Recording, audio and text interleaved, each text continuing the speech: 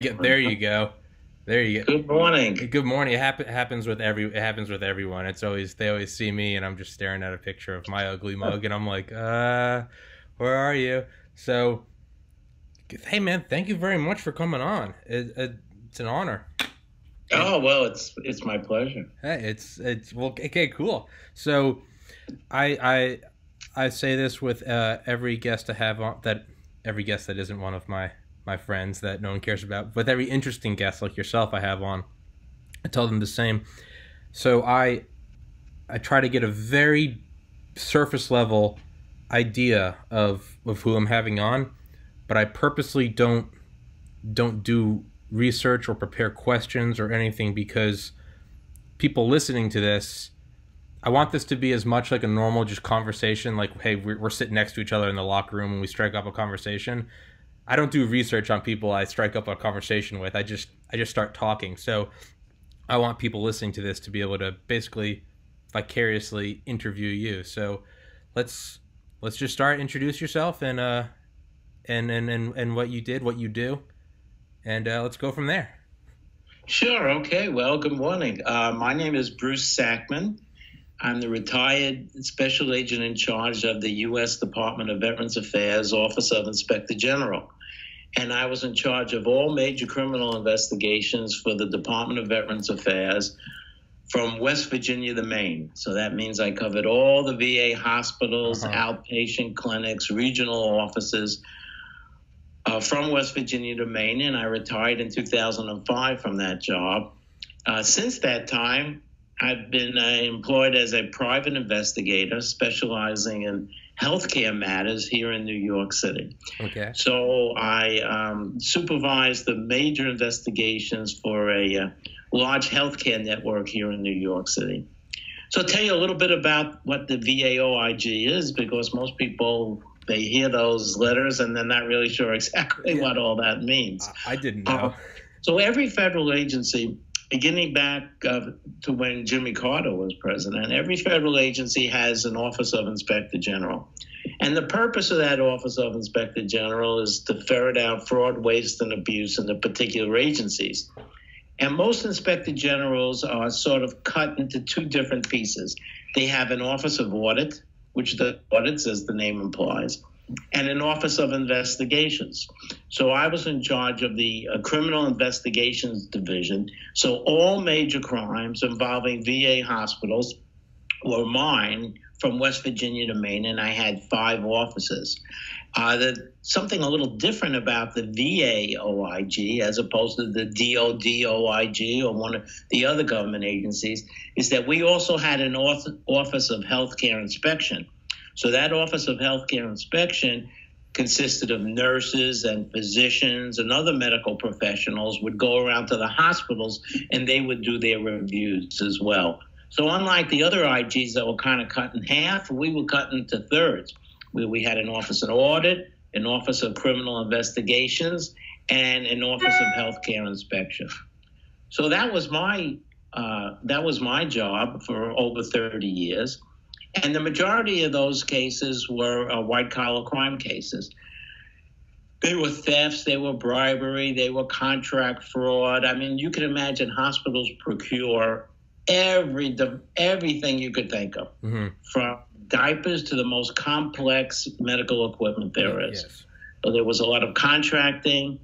There was drug diversion. You know, we have all these narcotics, and sometimes they get stolen. Sometimes we have nurses or medical professionals who abuse them. So that was basically my inventory of cases until the late 90s, when all of a sudden I got a call from the chief of psychiatry at the Northport VA Medical Center out on Long Island. And she said, hey, you know, Bruce, you're not going to believe this, but we actually have a physician working here.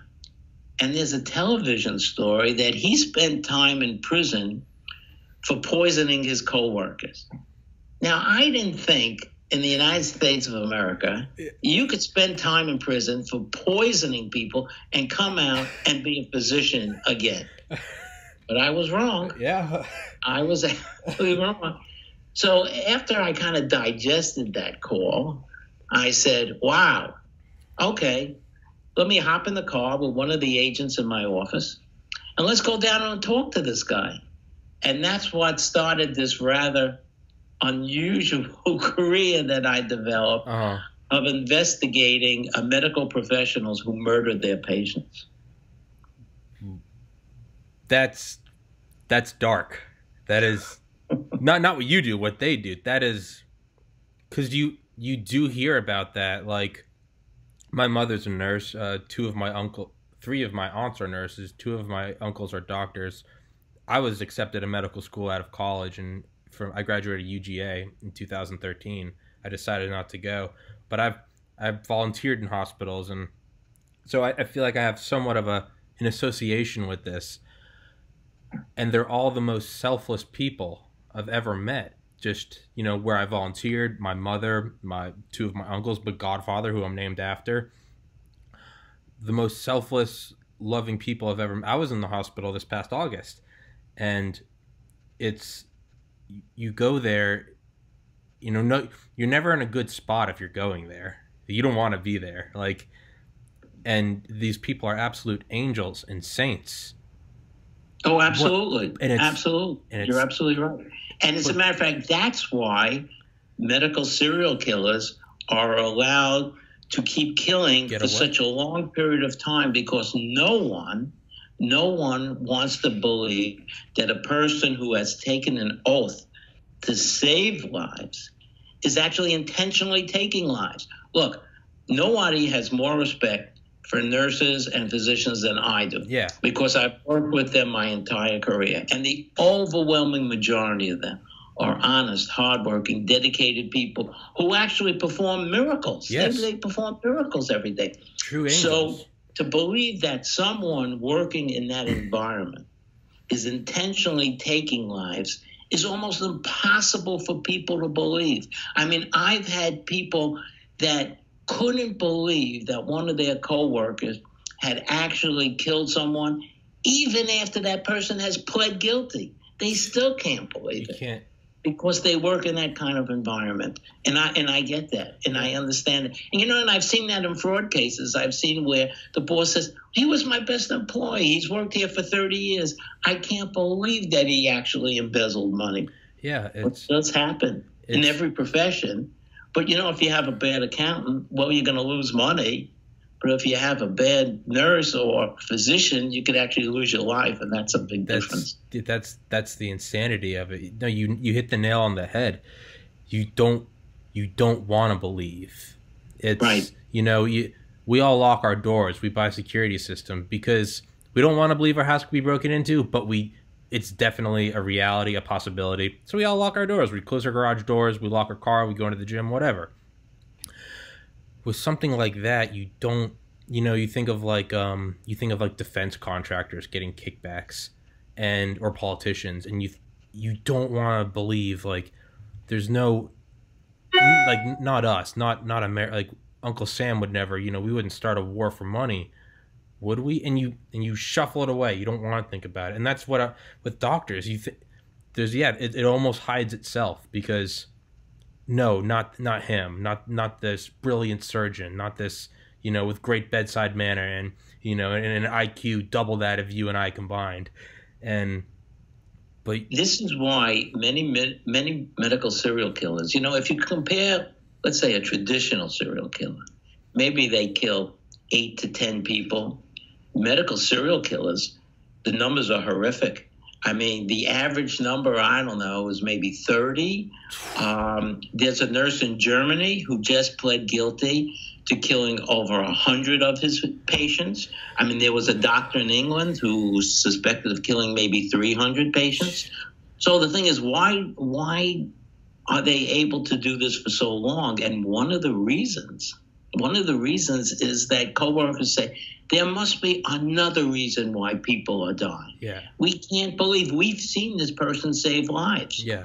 We can't believe that they are intentionally taking a life. There has to be another reason. And it's good that they think that, because in many cases there might be another reason. Mm-hmm. Okay? But on rare occasions, there is no other reason except that nurse or physician is intentionally murdering patients. Very, very rare, but they happen cases all over the world. Nurse in Canada, nurse recently in Japan, a number of nurses in Italy, in the United States, and of course this nurse in Germany that I was telling you about that killed over 100 patients. And you know something interesting? They kill so many patients that they can't even remember themselves how many people they killed. So on rare occasion, when they actually want to cooperate and answer, they killed so many people, they can't remember themselves. Was it 60? Was it 70?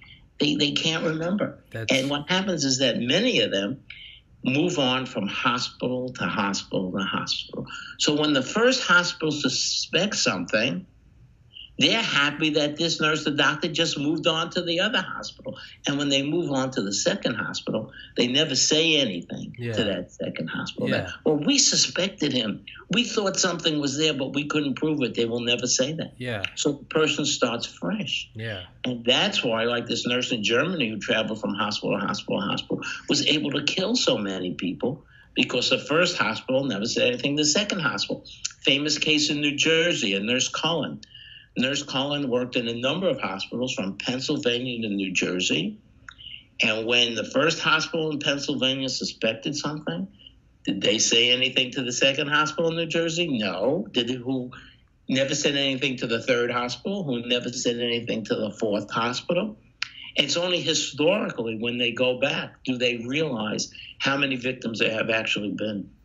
It's for me, I think I'm curious what the psychology of these people are, because it's such a difficult profession to get into, to be a physician or a nurse. Like you can't walk into it. There's a lot of time to put into. In my completely uneducated, inexperienced opinion, I feel like it's almost something that develops after they've been working there, and it's not a hey, I'm going to study throughout college and get into medical school and then go to residency so I can be a killer. I mean, it might be, maybe it is, maybe I'm completely wrong, but it seems like if someone had a lust to kill, they would become a more traditional serial killer, for lack of a better term, not go out on this 10-year arduous study intensive path with all this medical student loan debt just to do it. But maybe there are people that evil. What in your experience is the people that pled guilty, did they say that's what they set out to do, or is it something they started doing and they got high off of it, or they got addicted to it, or what is it? What is your experience? Well, I'll give you my experience, and this is not based on any scientific psychological study. Mm-hmm. Although the topic is being studied and is going to be discussed at an upcoming conference. But in my experience, of course, these people have had issues in their past, in their life, some psychological issues, some social behavior issues. But I have to agree with you that, in my opinion, I don't think any of them chose the profession because they wanted to use it as a method to murder people. I think once they started the work and something happened, either in their personal lives or on the job, and the opportunity presented themselves, and they saw how easy it was to do and get away with it, they almost got hooked into it. Mm-hmm. Now, many of these people suffer from something that's known as Munchausen syndrome by proxy. Okay. Now, what that is an example of Munchausen syndrome by proxy is a mother that will intentionally harm a child, bring that child to the emergency room to show the doctors and nurses what a caring parent they are. Oh, look at what happened to my child. Oh, I'm here for him or her. Oh, I want to do anything I can. I rushed him right in here. Please help. You see how caring I am? Mm-hmm. Well, the same thing is with some, not all, but some of our medical serial killers, including the nurse in Germany, and including a case I had involving a nurse called Kristen Gilbert in the VA hospital in Northampton, Massachusetts. She was convicted of murdering 3 patients, but we think she killed more, like 30 patients. And she was and the same thing with the nurse in Germany, they were both what we refer to as code junkies. They craved the excitement of a code. Now, you know what a code is somebody goes into cardiac arrest, and the crash cards come running in, and it's a very exciting experience. And like Kristen Gilbert would do, she would take charge. She would bark orders to the young interns that were scared out of their mind, that had never done anything like this. In fact, the doctors would say, you know, if I ever coded, I would want Kristen Gilbert to be there. She takes charge. She's a real hero. She knows exactly what she's doing. But of course, she caused the code to bring attention to herself. So almost like the firemen.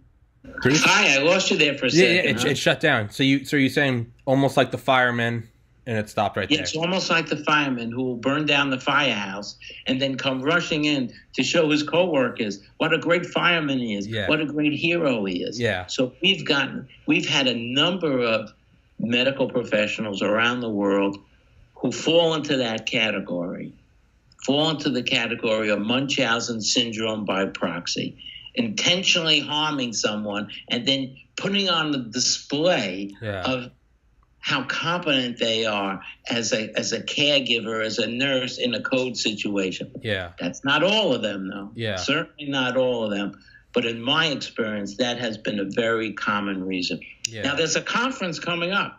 There's a conference coming up on March 20th, 2020, at the John Jay College of Criminal Justice, and this is the first ever international conference on medical serial murders. And we have people from all over the world, including Germany and Italy and all through the United States, who have been involved in the investigation and prosecution of medical serial murders. The first conference ever anywhere in the world on this. And it's pretty exciting. In fact, the keynote speaker is the senior federal judge who actually presided over the trial of Nurse Kristen Gilbert, the one I was referring to with the Munchausen syndrome by proxy. Yeah. Very interesting case because it was a death penalty case in a state, Massachusetts, that doesn't have the death penalty. Mm-hmm. So how did that come about? Well, that came about because the murder had occurred on federal property, on a VA hospital. Okay. So although it was in the state of Massachusetts, that property is actually the exclusive federal jurisdiction of the United States. It's like a military base. Okay. So the federal government has a death penalty for murder. So it was actually a death penalty case in a state that doesn't have the death penalty. And that's where the jury came from. Okay. Well, she didn't get the death penalty, and we were kind of happy about that because she is a mother and she has 2 children, and you know, we weren't seeking really the death penalty, although we had no choice. We had to argue for it. Yeah. Okay. But she had that Munchausen syndrome by proxy, and even after the trial, there were some people in the hospital who refused to believe it was true because they saw her save lives. Yeah. They saw her at the code save lives. Yeah. So they thought there must be some other explanation for it, which I understand, but in reality, there was none. She actually had murdered her patients. Yeah, I mean, like, yeah, I always want. This isn't a normal thought, but I always think, like, man, what if one day I found out like a cousin of mine was a serial killer, or like a serial rapist or something. I always think like, I'd almost not want to believe it because it's like, no, they're such a good person. In your mind, you're like, someone that does that is. They're dark and they're evil and they're hunched over and they abuse animals. You know, you conjure up this almost comic book villain, but if it's just smiling doctor, that's how they get away. You're absolutely right. You know, my vision of a serial killer had always been like a Charles Manson type. Mm-hmm. You know, a crazy looking guy with a swastika on his forehead. Carved into his head with a knife. Yeah. That's what I thought a serial killer is. And then I meet Kristen Gilbert, who's a typical soccer mom. Oh, hi, Bruce. Yeah, I'll talk to you. I'll come back after I take my kids to soccer.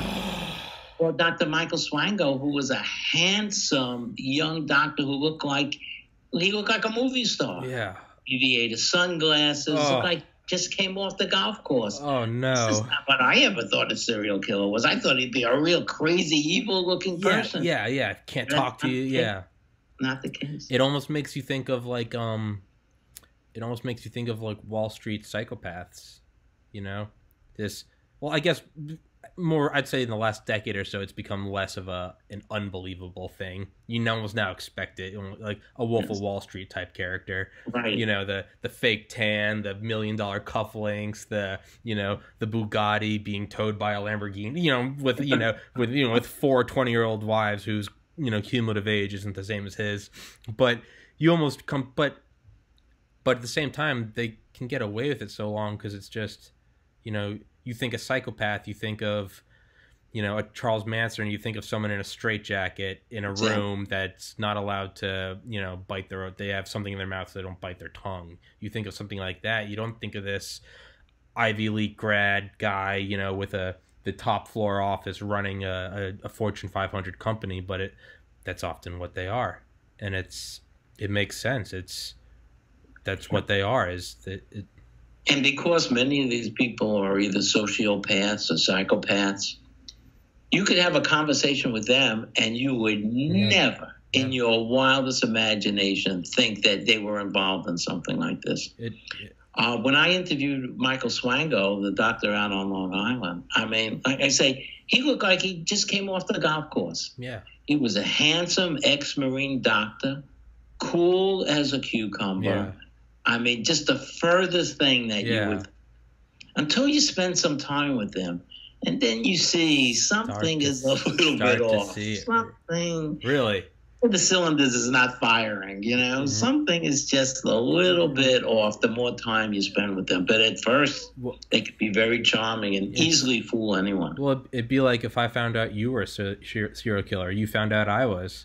You're a smooth talking guy. You see you're smiling. Hey Tom, how's it going? Thanks for having me on. And here I am. I'm just I got my American flag. I'm a smiling, not as handsome as you, but I'm sitting here just talking to you, and you would never suspect anything. Now you said you started to notice something was off. Can you go into that? Of course, I went there armed with the story that he had spent time in jail, so. It's not, Okay. In fairness, it wasn't like a neutral playing field because I had that report. But, he gave me the same story he gave everybody. He says, "Oh, that story's a big mistake." Yeah. You see, I was, ex-Marine, tough guy, got in a barroom brawl. Yeah. So I actually spent time in jail because I had beat someone up in a bar. But you know what happened? The governor of the state actually restored my civil rights. And I have this piece of paper from the governor that shows that he restored my civil rights. Yeah. And that's how he was able to fool people and get back into the medical profession. Now, this is pre-internet. So it was a little bit harder back then to confirm a lot of the details. That it's easier now, But in order to get this job at the VA in Northport, it was actually through Stony Brook University that had a teaching arrangement with the VA hospital in Northport. And you'll never guess what field he was doing a residency in. Yeah. Psychiatry. Oh, God. So that meant he had to go in front of a board of trained psychiatrists and convince them that he should be in the program, which he did. So if he could fool if he can get by them, oh, God. Think he could fool me? Of course. It's like of course. It's like it'd be like an ex-Delta Force guy trying to try out for mall security. It's like, hey man, if you got into Delta Force, shit, dude, you can watch the parking lot behind JCPenney's. Like it's God. And it was very well. So Michael Swango, just to give you a little bit of his story, when he was in medical school, his fellow students referred to him as 00 Swango, licensed to kill. Because it seemed like every time he would visit patients, they would die unexpectedly. Oh, God. As a medical student. Oh, God. And they actually contacted the dean, and they said, Dean, we don't think this guy should be a doctor. And the dean, and this is Southern Illinois University Medical School, the dean said, what do you know? You're only students. I'm the dean. No, I think he just needs a little bit more training, but he could become a doctor. And he became a doctor. And then he went to Ohio State University to do an internship, and there was a young girl there, a young student. Her name was Cynthia McGee. She got involved in a car accident with another student, and she was improving until she gets a visit from Dr. Michael Swango. Then she dies unexpectedly. So guess what happened? The student that hit her with the car, he got charged with vehicular homicide. He didn't kill her. Swango killed her. Oh, my God. Yeah, so he actually gets charged with vehicular homicide. Well, then all of a sudden at Ohio State University, they start realizing that, every time this guy Swango visits people, they don't seem to survive. So they conduct an investigation, but they can't prove anything. He leaves. He becomes a paramedic back in Quincy, Illinois, his hometown. And then one day he invites his coworkers in for donuts, which he sprinkled with arsenic. Oh, and they all get very sick. And then he would call them up and he would say, tell me about your symptoms. Tell me what happened to you. Tell me everything. Because he wanted to relive again the excitement of actually poisoning his coworkers. Oh, my Well, God. his coworkers were pretty smart. And they were able to figure out he was one who did it. And the cops did a great job. And he went to jail. And he was sentenced to 5 years for poisoning his coworkers. And then, like I say, he came out and he became a doctor again. No. Unbelievable. I couldn't believe it myself. You imagine your doctor's resume, He went to this medical school, that medical school, spent 5 years in jail for poisoning people. Now he's at this university, he's that university. Oh, no. Yeah. So because he would forge all kinds of paperwork and lie like crazy, he gets another job, this time out on the West Coast at a VA, and he meets this nurse, and they fall in love, and everything's going well until he makes a mistake of applying for membership in the AMA, and the AMA actually found out his background, of course, and then it hit the newspapers out there, and things were terrible, and his fiancée got very, very upset. Her name was Kristen Kenny. And she goes back home to family in Virginia, and she says, Mom, I really love this guy. This is such a terrible story. She goes to the park, she takes out a gun, and she kills herself. Well, you can't blame Swango for that murder, can you? Well, yes, you can, because even though the body was cremated, the family kept a lock of the hair. We tested that hair. It was loaded with arsenic. Oh, my. Swango was actually poisoning his own fiancée. Oh. Okay. So anyway, he winds up out in Northport, Long Island, and then I interview him, and he denies everything. And then the next thing you know, he takes off. And he winds up going to Zimbabwe, Africa. And in Zimbabwe, Africa, he kills women and children and pregnant women. And they suspected things there, but they couldn't prove it because it's very hard to prove. Then he returns to the United States, and we arrest him, but not for murder because we didn't have any evidence that he murdered anybody at the time, but for what I would like to refer to as every federal agent's favorite crime, that's lying to the government. If you lie to an agent, if you lie on your application, that is a felony. Yes, yes. So he got sentenced to prison for lying on his application and lying to the government about his background. And that gave us a window of a couple of years to do the investigation to try to determine if he murdered anybody at the VA hospital in Northport, Long Island. Now, I had never done a murder case before in my entire life. I told you my background was basically white-collar crime. Mm-hmm. All right? So my boss said, hey, Bruce, you're a good investigator, but you don't know anything about these kind of homicide cases. But this is who I want you to meet. I want you to meet Dr. Michael Baden. Now, Dr. Michael Baden, he's he's probably world famous forensic pathologist. He's been on the news recently. You saw him with the Epstein case. Oh, okay. That Dr. Baden. Okay. So he was up at the state police in Albany, and I go up there and I lay out the story for him. And he said, Bruce, don't worry. I will teach you how to do these cases.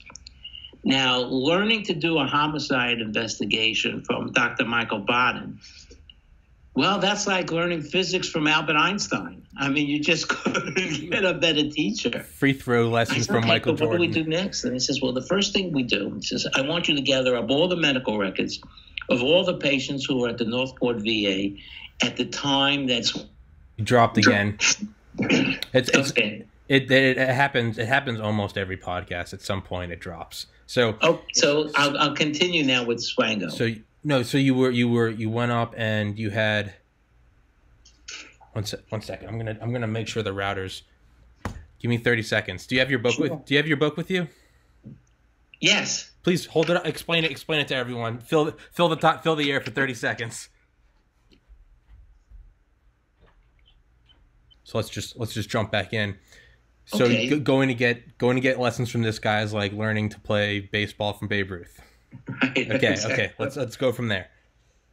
Okay. So the first thing Michael Bonner told me to do is to gather up all the medical records of all the patients that were at the Northport VA Medical Center at the time that Swango was there, which we did. Okay. Then he said, what we're going to do is we're going to put together a team. And this team is going to consist of myself as the forensic pathologist, Michael Bond said, and a physician who is really trained in reviewing charts, who's an expert in determining whether the patient's death was expected or unexpected, and whether they're just based on a review of the medical records, there could have been some foul play at the time that the person had expired. Now, Michael Bond explained natural death to me like this. He says, natural death is like if you shut off a fan and the blades gradually slow down and stop. He says, when these people died, it's like shutting off a light bulb. They were bright one minute and dark the next. And that's what we're going to look for. Okay. Also, many times if you've had a loved one that was near death in the hospital, the staff knows, the family knows, death was not really unexpected. In these particular cases, the patients were sometimes actually improving, and the family would go away on vacation only to get a call from Dr. Swango saying that, Dad died unexpectedly. All right. And he would enjoy making that phone call. And when he would call the family, he would go into great detail about Dad's last 30 minutes on Earth, how he suffered and what was wrong with him and all. Because, again, he was reliving the excitement of killing people. Getting off on it. It was like a second bite at the apple for him. Oh.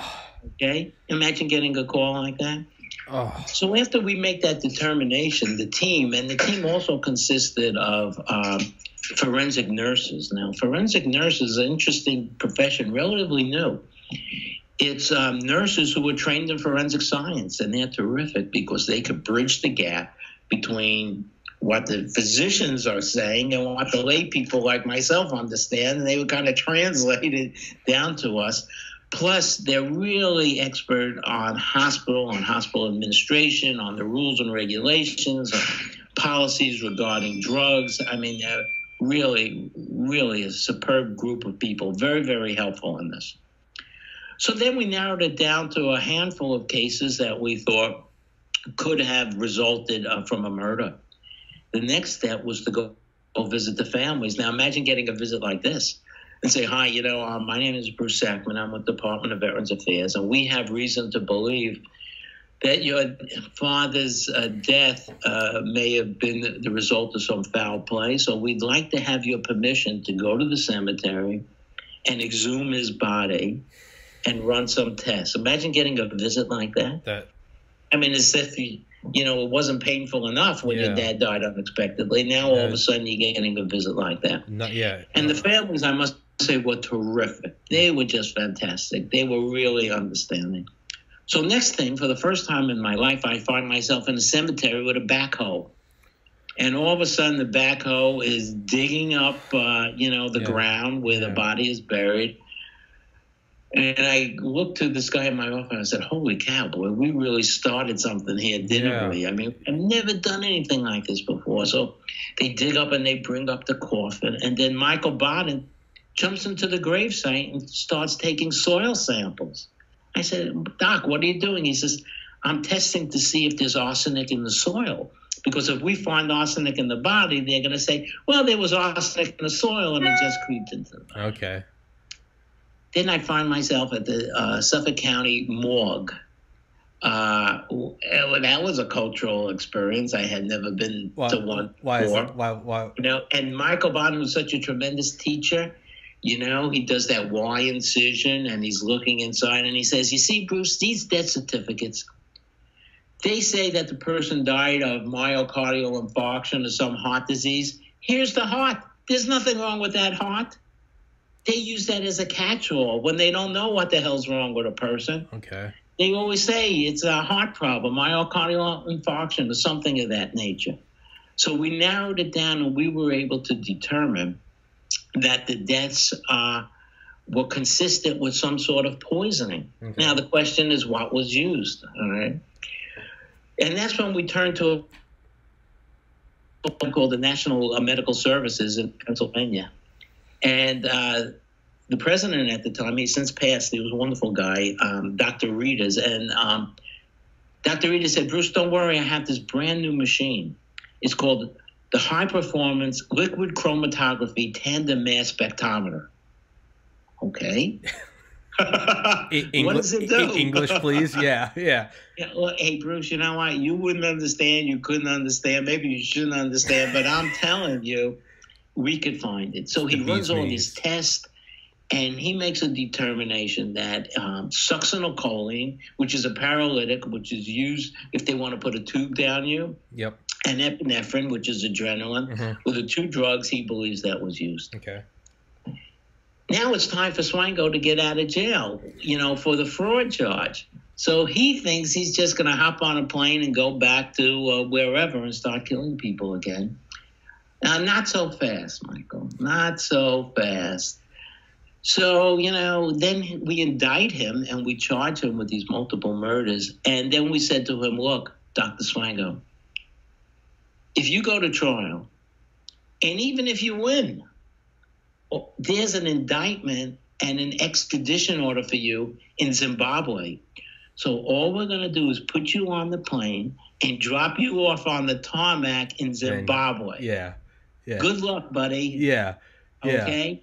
And there he was accused of multiple murders in Zimbabwe. This blonde-haired, blue-eyed American accused of killing pregnant women and children in Africa. Good luck. Yeah, so he pled guilty like really fast. You don't want that. Couldn't wait to plead guilty. You don't want that third world justice. And it's time for sentencing, and he gets sentenced out on Long Island. And in order to plead guilty, you have to articulate exactly what you did. So he gets up and he stands up at attention like an ex-Marine, and he looks in the judge's eyes and he says, "Yes, Your Honor, I used a paralytic." He doesn't mention specifically succinylcholine, but he says, I used a paralytic, and I murdered people. And the family is there listening to this. Could you imagine just sitting there and listening to this thing? Then, of course, the family gets up, and they had an opportunity to talk, and it was very moving, as you can imagine. Mm-hmm. And then the judge sentenced Swango to 3 consecutive life terms without the possibility of parole, and he's in Supermax Federal Penitentiary. But then the judge said something I had never heard before or since. The judge said, you know, in the federal system, there's no such thing as parole. But if the law should change and the government actually institutes parole, your parole is denied in advance.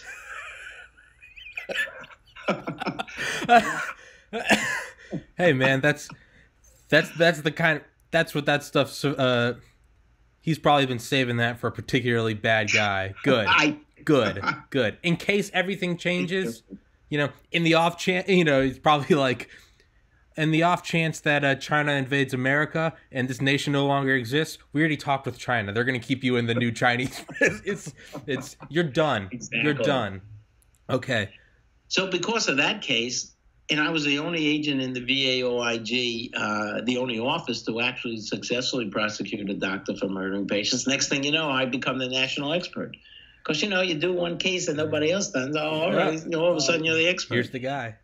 And that's what brought me to Massachusetts for Nurse Gilbert and out to Missouri for a nurse that was accused of killing 60 patients. And then up to Albany for a doctor, Dr. Cornack, Charles Cornack, who had actually altered medical records in order to put people into research programs. And this is the way it works. He was up in Albany, and he was trying to create this huge research center. In order to do pharmaceutical research, you need a certain number of patients, maybe at least 10 patients. And these patients have to have the exact symptoms, the exact disease, and they have to meet what they call the inclusion-exclusion criteria. Okay. In other words, you have to have the right blood work. Yeah, everything has to line up right for you to be in the study.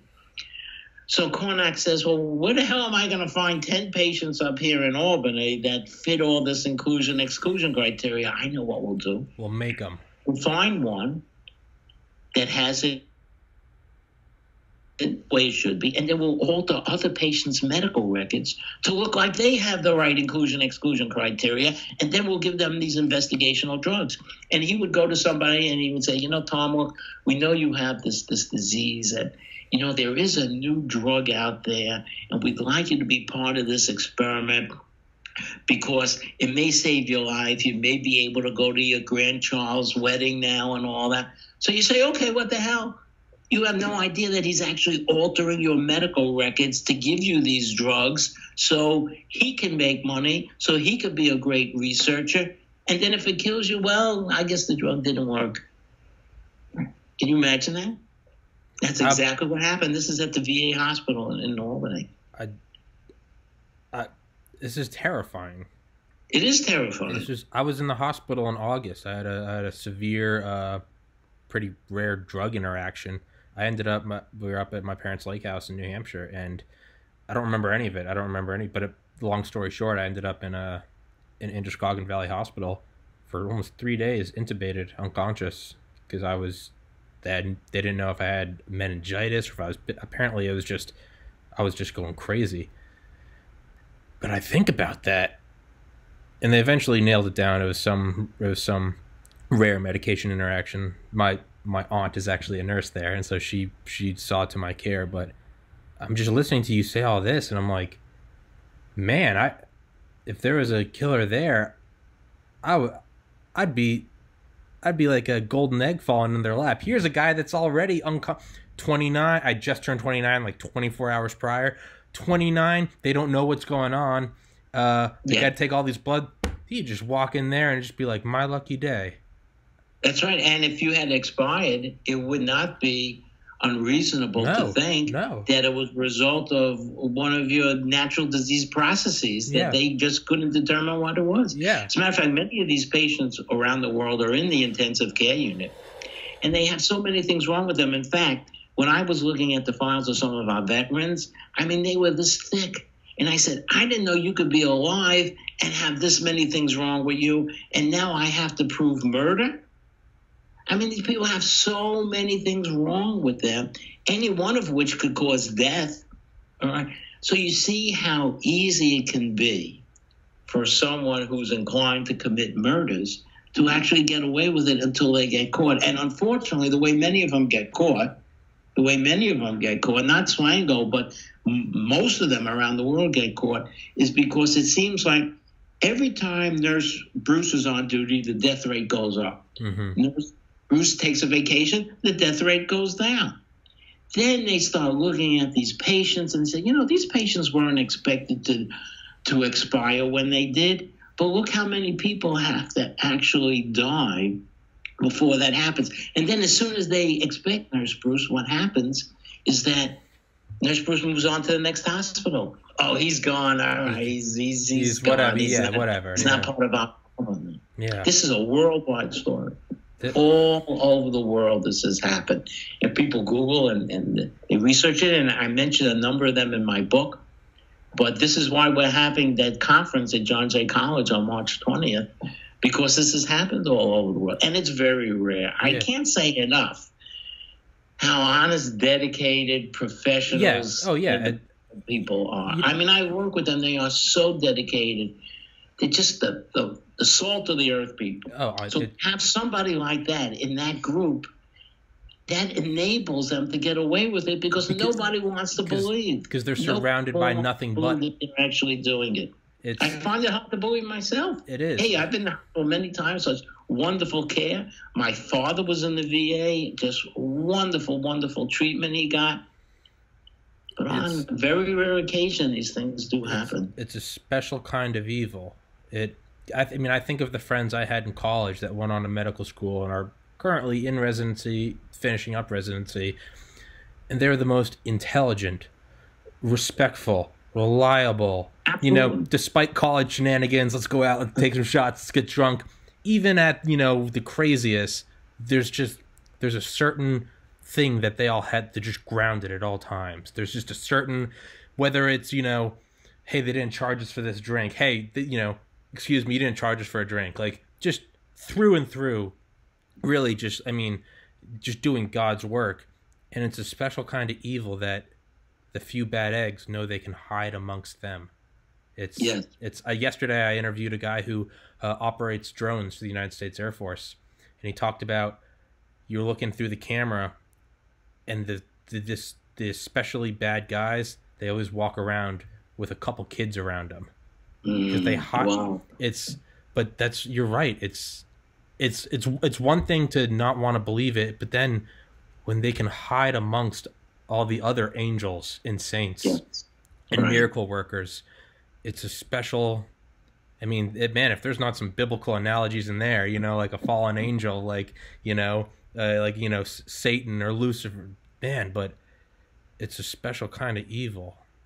And so you said this conference is coming up, so this isn't like you became the experts. This isn't like an established field. Would you say that you're kind of writing the book as you go? Like it's absolutely. So absolutely. You know, so this is who we're going to have at the conference. We're going to have, of course, Judge Panzer, who was the judge on the Kristen Gilbert trial. Okay. That trial lasted for 6 months. I mean, she denied everything until the jury found her guilty. All right, so we have Judge Panzer, and then Michael Baden, who I talked about, he's going to be presenting. Then we have a toxicologist who's going to talk about, you know, how hard it is, how difficult it is to make a determination as to what chemical was used to actually take somebody out. In fact, there's a case ongoing right now in West Virginia at the VA that's been in the news about a nurse who has allegedly murdered a number of patients. So that case is ongoing right now. All right.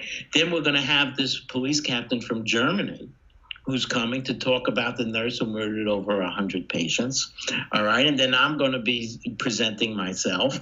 And then the last speaker is something really kind of different and unique. We have an expert who was hacked into implantable medical devices.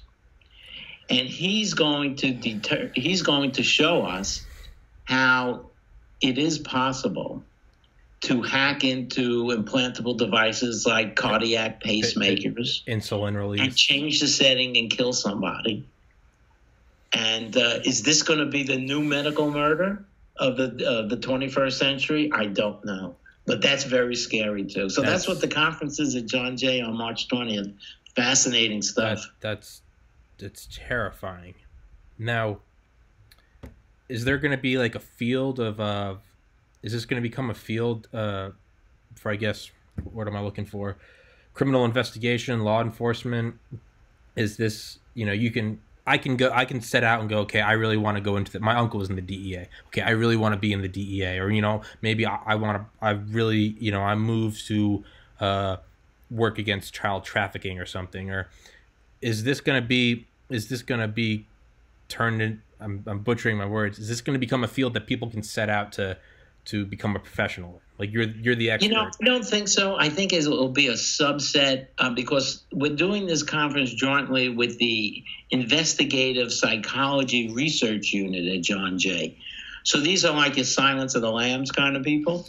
All right. So we're doing it with them, and they're going to talk about, as we had spoken about, the psychology of this. Not just the simply Munchausen syndrome by proxy, but a lot more of the psychology, which I need to learn because I don't claim any expertise in that area. So I think it'll always be a subset of, psychological research and homicide, but I don't think it'll ever be anybody's full-time profession. I feel like it, again, in my completely inexperienced, uneducated opinion, but I feel like even if it was a subset, that's still better than nothing.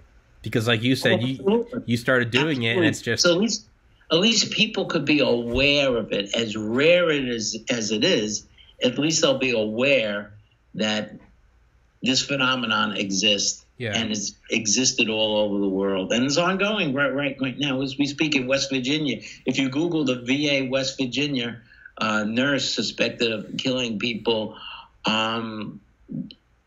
it's an ongoing case. Yeah. Now, and I don't mean to interrupt the flow of the conversation. If you can't tell, I can talk indefinitely, and I often find when I have guests on, I'll be like, I hope I'm not holding them.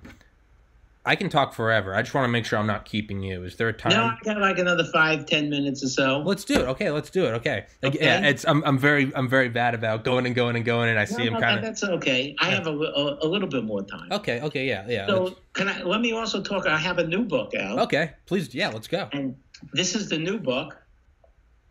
The Art of the Investigation. The Art of Investigation. Okay.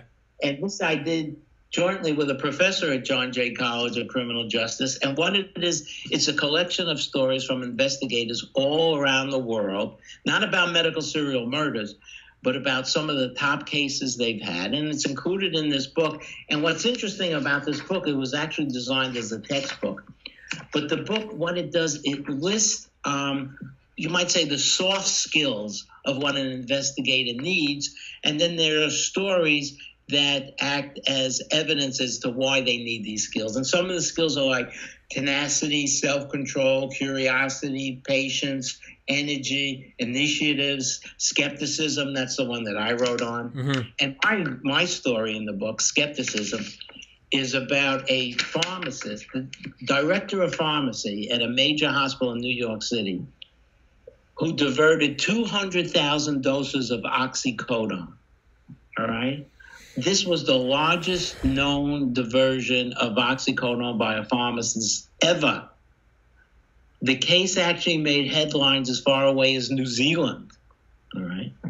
200,000 doses he was able to steal without the hospital noticing it, without the Drug Enforcement Administration noticing it, who came around and did all they did.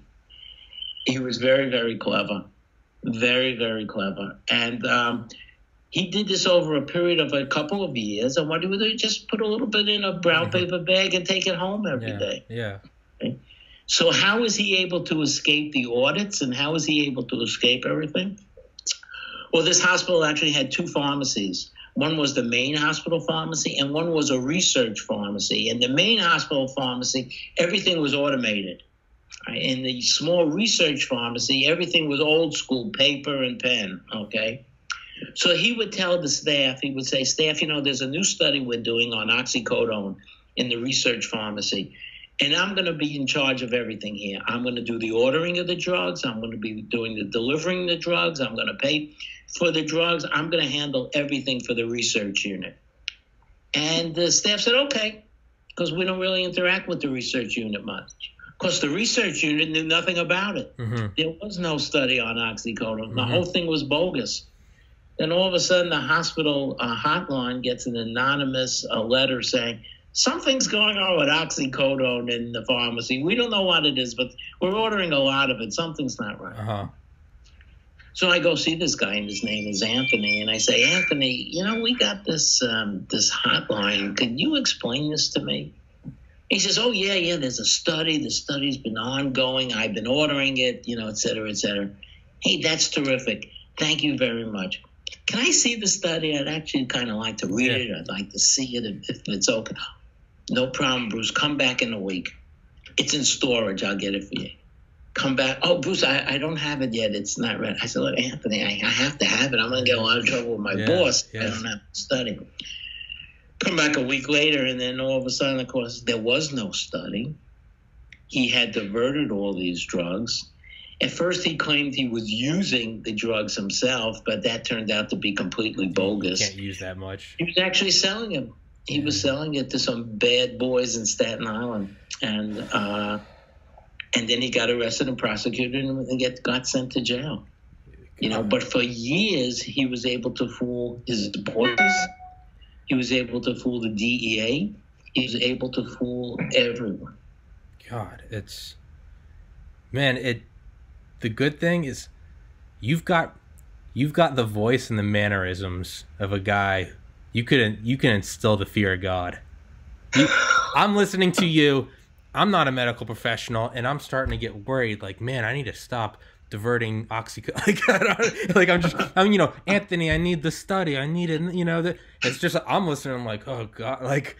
So that's good, man. I'm glad you're out there. I'm glad you've got fangs, man. And so I've got two questions I want to ask. Are you worried about discussing how you've taken on these cases? Are you worried about, or is this just an inevitability, potential future criminals in this, I guess, subset of serial killing, reading up on you and learning what mistakes not to make? No, not at all. Okay. Not at all. Look how many books have been written about homicide, about thefts and frauds. There's millions of books out there. We still have plenty of homicides. Yeah. Plenty of thefts. Yeah. So, no, I don't think it's going to be a roadmap for anybody. And you know what? It doesn't get that detailed. There's still a lot of secrets that remain. Yeah, okay. That I don't disclose. So, no, I'm not concerned about it at all. In fact, there have been television shows, about this. There's a television show on Oxygen where they talk about doctors and nurses who murder people every month. Okay. Or every week, I think it's on. So and there are other books. So no. Okay. No. Okay. Second question. So this one's not really based in reality, but I always think of everyone overdosing on fentanyl. All these heroin addicts overdosing on fentanyl. And let's just break it down into cold calculations. That's not a good business model if you're a drug dealer. You don't want to kill your patient, your victims, your clients. Do you think the flooding of fentanyl, or do you think drug dealers perhaps intentionally using fentanyl, do you think that could be of the same psychology? They're getting off on killing these people, or do you think it's a hyper powerful opioid that just got out into the mainstream? We cut out again. All right, okay. So fentanyl. What do you think? I'll tell you something about fentanyl. The hospitals. We watch drugs incredibly close. I mean, even the staff has no idea how close we have. We have automated programs. In the hospitals, they have something called the Pyxis system or the Omnicell system. It's like a giant Pez dispenser for drugs. Mm-hmm. Everything is actually monitored incredibly close. Okay. We watch the pain scores of patients.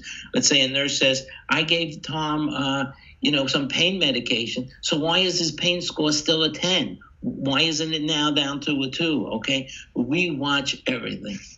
That being said, things can still get diverted. Mm-hmm. Things can still get lost. And if there's money to be made out there, it's gonna happen. It's gonna happen. But I can tell you that hospitals, and because the Joint Commission, which looks at a lot of hospitals as well as the DEA, they're on top of this as best we can. I mean, we have programs that monitor everything that goes on with narcotics.